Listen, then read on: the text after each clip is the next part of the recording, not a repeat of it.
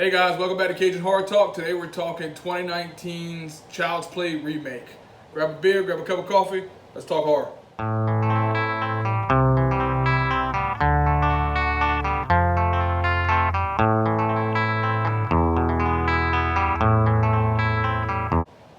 Alright guys, like I said, today we're talking 2019's Child's Play remake, 31 years after the original coming out in 1988. I will say one of the first things I noticed when we went to watch this movie is the very old school introduction, the Orion film. I have not seen that since the 90s. I haven't seen that. Yeah, that was neat. That was a really good callback. It was kind of like that little bit of nostalgia for people who were going to watch this after watching the other one as a child. So it started out with that feeling automatically, and then immediately jumped into a completely different story than the one that we've all come to know and love. Yep, guys. Off the top, I went into this hopeful. He went into this not looking forward to it. He was not looking. We have this discussion every time we talk about remakes, and you fall in that catch-22 that we're always talking about. It's either they remake it and it's nothing compared to the original. It's the same damn story. Why did they even remake this movie? It's just better graphics and the same story. Or they do what they did in this movie and they change it, and you're like, they're fucking up in the original. I will honestly say they did not fuck up in the original. No, I don't find it at all. At all. Actually, I thoroughly enjoyed the new take on it. I didn't think I was going to, but I really enjoyed it. I do like the fact that they didn't make it. You're gonna put spoiler alert on the front of the video. Yes. Right? I'm gonna go all crazy here.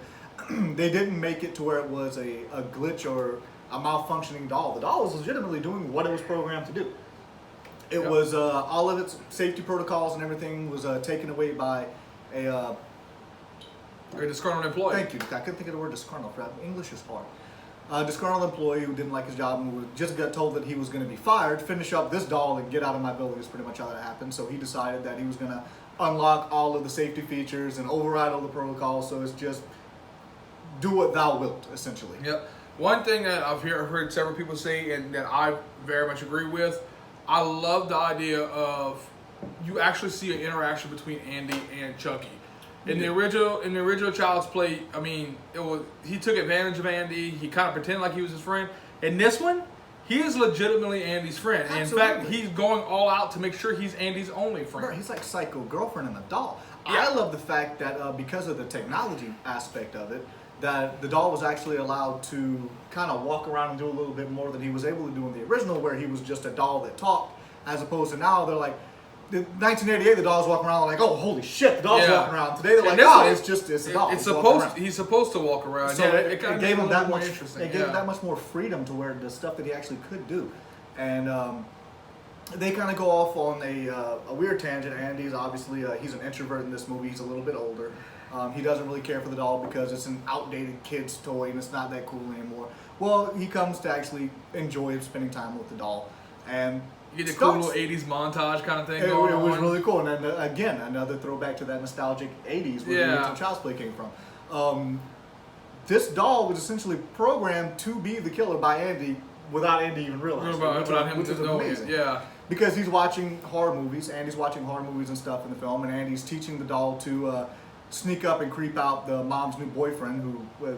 great job playing a douche. Watching horror movies and laughing. And he attributes that to a good time. This is what you like. Yeah. This makes you laugh. Okay, I'm going to make you laugh. And very, very, very different take on it, but I love the fact that the doll was actually learning that psychotic behavior after he was already given to Andy. Yeah. And they literally taught this doll to sneak around. They taught this doll that, to steal at one point during a vending machine, just all these negative things. So he's learning from the interactions as he's becoming this freaking monster the entire time, and it's very amazing to see that development on screen because you never got to see that in the original Child's Play. Yeah, one thing I like about this one too is you actually kind of sympathize towards Chucky. He just wants to be Andy's friend. Exactly. And he's psycho girlfriend. Yes. This is like the cat that brings you a dead bird with a you love me? Yeah. Do you love me now? This is what's gonna happen one day when they make sex robots. Yeah, sex robots do not need AI. Let's not do that because psycho girlfriends will get attached. Psycho girlfriend, yeah. Psycho girlfriend robot doll. Make that movie. Like that's gonna be a thing. Because the sex robot's gonna get attached. Now you're giving away our future horror movie. Oh shit! See, I'm sorry. We're gonna have to. That was a great idea. Yeah, well, we can still make it. We'll just do it better. So, one thing I have to say I enjoyed about this is the gore. They did not shy away from the gore. It's one thing you see nowadays. They really don't concentrate on it. They kind of shy away from it. They went all out. The guy with his head getting caught in the tiller. Oh yeah, that was cool. Jack Black's twin brother. Yeah.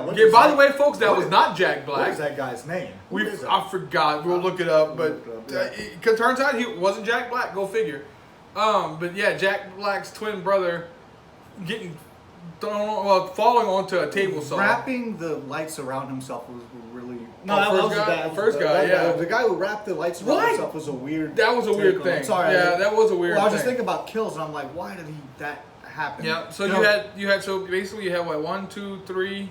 Well, you had a bunch of kills in the store. Yeah. But the ones they concentrated on was only 3. I mean, you had the cop's mom, the creepy guy downstairs, the creepy guy downstairs. Yeah, that's really the main. Oh, and your boy jugged under the neck with the in the store. Remember? Who, the cop?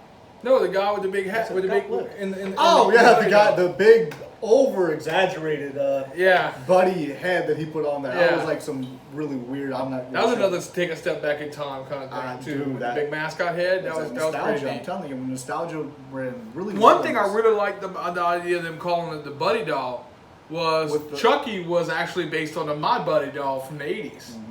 You know what I mean? This was based almost on like an app in the technology. Yeah, and but it takes the two things. It was based on the Buddy doll in the 80s, which we don't have anymore. Yeah. But then it kind of upgrades, like everything Apple does when they upgrade something, they just put an eye on the end. Put an eye on there, you're good. Yeah, and then it's an Apple product after that. So that was one thing I liked, the little throwback. And the Bluetooth technology that they used throughout made it so much more. Him having powers over everything. It made it almost surreal because if you had Mark Hamill as a doll using Jedi powers. Yeah, that was Jedi in the 21st century. That is amazing. I just realized that. That is a really great point. Yes, he's literally, because everything that we use nowadays, our phones, our TVs, our stereos, our lights, everything's already getting to that point where all the stuff is connected through Bluetooth. We all use it. Hey Alexa, can you help us? Now what if Alexa is all of a sudden this buddy doll? Now Alexa's, ordering stupid shit and doing all kinds of crazy crap, but you get where the concept is going. Our overindulgence on technology is slowly turning into this addiction that can be this really dangerous thing if it's put into the wrong place. And all it takes is one malfunction and something goes bad. Well, Easter eggs abounded in this movie. One of my favorites was when Chucky asks him, "What's my name?" He goes, "Han Solo." He goes, "You mean Chucky?" Yeah. Which anybody knows Mark Hamill's voicing Chucky this time, who was actually Luke Skywalker. A little Easter egg. A little Star Wars Easter egg. It was pretty neat. It was. I would have loved to see the doll be named Han Solo throughout the movie, though. Yeah. That'd have been a lot of comedy, like you would expect out of the later Child's Play movies, but not over the top comedy. Not overdone. There was a couple of them that made me I chuckle in my seat. That was one of my few issues with the guy Mike. You felt like he was trying too hard to kind of be that. He tried hard, man. Like the last thing. I like this the quirky. Is the end. I like the quirky character though. I like the quirky character that he portrayed in it. I really did like that. My favorite was the buddy doll killing the guy and says, "This is for Tupac." This is for Tupac. Well, that was legit. Absolutely amazing. That was amazing. I enjoyed the interaction with Andy and his buddies. I like how they didn't go It or Stranger Things with it, where they were this band of buddies that's always together. He was kind of the outcast. He was that introvert, which so it wasn't just your typical kids band together to beat up the bad guy. No, we played that good chemistry. As a matter of fact, I mean, like the two kids that he finally kind of started hanging out with abandoned him at one point because they thought, okay, this kid's fucking psycho. Like the doll's not. Yeah. Which I'm sorry, but I think I would have felt the same as them. Like, no, this guy's a fucking psycho. He had a watermelon with a man's face on it in his bedroom, which was was awesome. Yeah, I mean, you walk over to your buddy's house and there's a fucking leather face. And here's the thing: a friend would have called you over and said the doll did it. Yeah. No. Okay, I'm gonna check on that, but I'm gonna go home right now. Just text me when you're free. We'll see how that goes. No, sorry, I'm out. Here's the thing, dude. I mean, even if they would have thought it was him, what's the worst he could get? Juvie life? He's out at 18? 21? 21, I think. Yeah. Life, fuck you're good. You can fucking skin a person. Yeah, you're good. Either way, but yeah, I enjoy that they were older than Andy was. That's the one good thing too, because Andy in the original was just kind of that relationship was lame. I'm not gonna lie. You didn't expect a lot from it though, because Andy was what, 6 in the original? Yeah, something like that. He was like 5 or 6. 5 or 6. He was young in the original. So his own personality haven't even developed enough for him to worry about being an introvert, whether or not he fucking was. And by the way, nobody's mom is that hot. Oh, I'm in love with Aubrey Plaza. If you're watching this, nobody's mom is that God, hot. I don't know why none of my friends' moms are ever that hot. Right? Yes, Aubrey Plaza, by the way, amazing job as the mom. Yeah, the acting all around was good.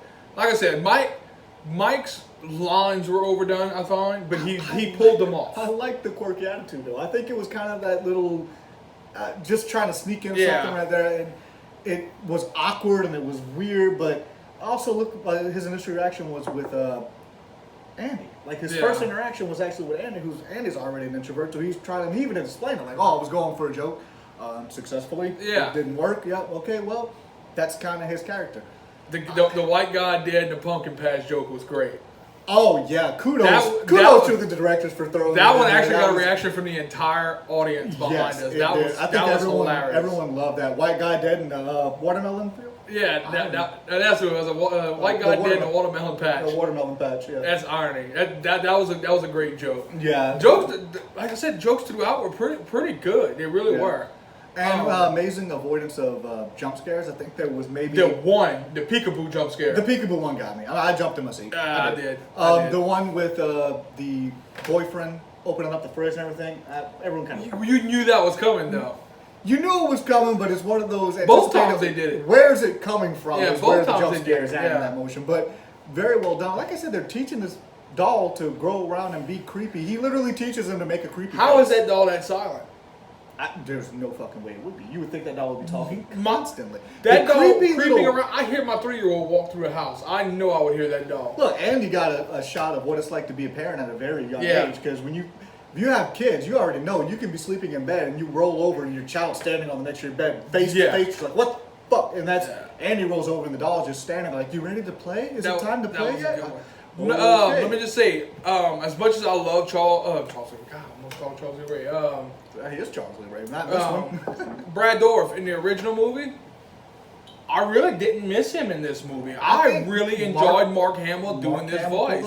And I was very afraid that whenever I was going to watch this, that I was going to immediately think of the Joker. Yeah, I kind of. I was really concerned that I was going to hear the Joker because Mark Hamill also voiced the Joker. So you equate that voice with certain characters. Not once during that movie did I even think of that. He did a really good job with. I enjoyed the crap out of it. Yes. He enjoyed the crap out of it. That's some classic shit. Right? Yeah, that's classic. Enjoyed the crap out of that. Learned that in college. Collage. Collage. We a lot of people are complaining about the look of Chucky. I didn't mind the look of him. I don't mind the look of Chucky, and you also have to think, okay, technology is as good as it is. If you're trying to make this look like a realistic doll, it's not going to be this complete perfection. Yeah. It's still a toy at the end of the day, and I know they're using CGI for it in the movie, but you want it to look as practical as you can without looking. I find it look pretty practical. There's that one CG shot at the end where he's flying through the air. Oh, the jump through the air thing. That was maybe a little over the top. Yeah, that was a little CGI, but the rest of it really looked pretty practical. And as far as staying away from making the doll look like he's like Bugs Bunny in Space Jam, they didn't want him looking like that. They want him to look like, okay, he's really fucking here. I think they did an amazing job. I can't complain about the look. Look, don't get me wrong. He's ugly as sin. Well, yeah. He is ugly as sin, but he looks realistic. He looks like a doll would look. He looks like an animatronic doll walking around. And here's the thing, people complaining about the way he looked.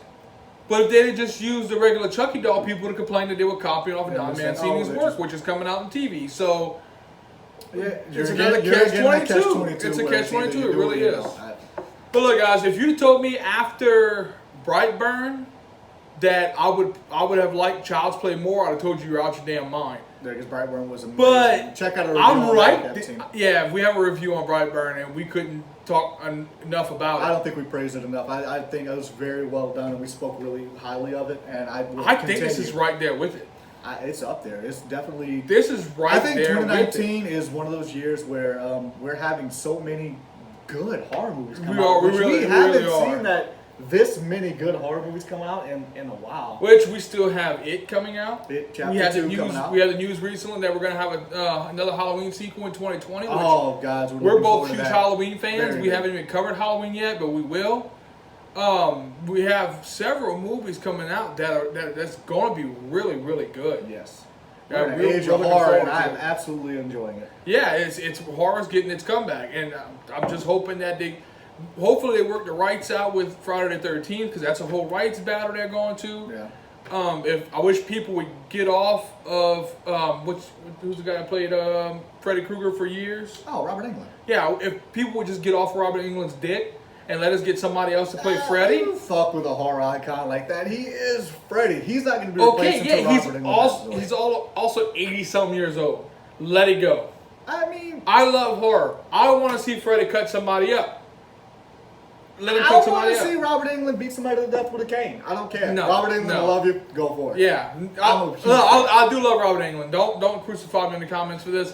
I do love Robert Englund, but people need to get off his dick. I get the whole. Let's People take need a step. to- Let's yeah. take a step forward and Take the penis out the mouth and let's continue on with Friday the 13th. with Nightmare on Elm Street. Nightmare on Elm Street. Because Well, you have to we'll have- never have another Nightmare on Elm Street until people get off of it. You have to have somebody else who's able to step in that role without too much outcry, which we're kind of starting to get to that era. Yeah. I mean, Nightmare on Elm Street, Friday the 13th, Halloween, Child's Play, all of these movies are.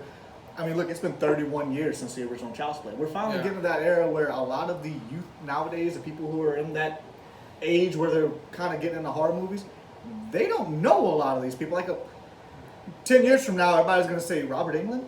Who's that? Yeah. You're gonna, oh, dude, you don't know Robert Englund? He was the guy from the Freddy Krueger movies. And these 18-year-old kids are going to go, no, so-and-so's the Nightmare on Elm Street movies. Like, what are you talking about? But anyway, as regards to 2019's Child's Play, the remake, I think we both spoke beforehand, and I'm definitely giving it a 4.5 out of 5. I think the sound effects and the music score is very well done. I think the cinematography is very well done. I love the new aspect in the writing, the acting, the comic relief, the subtle gore, the not so subtle gore. It just all wrapped up in one package. I absolutely think that I couldn't expect anything more from a remake of a Child's Play movie. I agree. I'm on a 4.5 as well, guys. And look, it could go up or down. If I watch it again, more than likely it would go up. There's really not much I can say. There's a couple of plot holes here and there that we didn't discuss. There's very few though. Not a whole lot. That's just I said, a couple. There's a couple of plot holes we didn't discuss. Like he broke the window to get out the cabinet, but nobody ever mentioned it. mentioned the window again. Yeah, I get it. My mom would whip my ass. The fact that they didn't smell the rotting flesh underneath The wrapping paper. wrapping paper. You know what I mean? Your boy goes nuts with a baseball bat in his living room, and his mom just takes him to work with her. Well, you gotta kind of turn your brain off. Like you gotta put Oh, yourself. I agree. But we're reviewing. How are this they movie. gonna react to that? We're reviewing the movie, and you know how I am. I'm normally the first one to advocate. So Turn your brain off and watch it. But, that's why, like I said, I'm giving it a 4.5 out of 5. Guys, check us out on Facebook. Hit us up on Instagram and Twitter. Please subscribe if you haven't subscribed already. Give us a thumbs up, and y'all have a good one.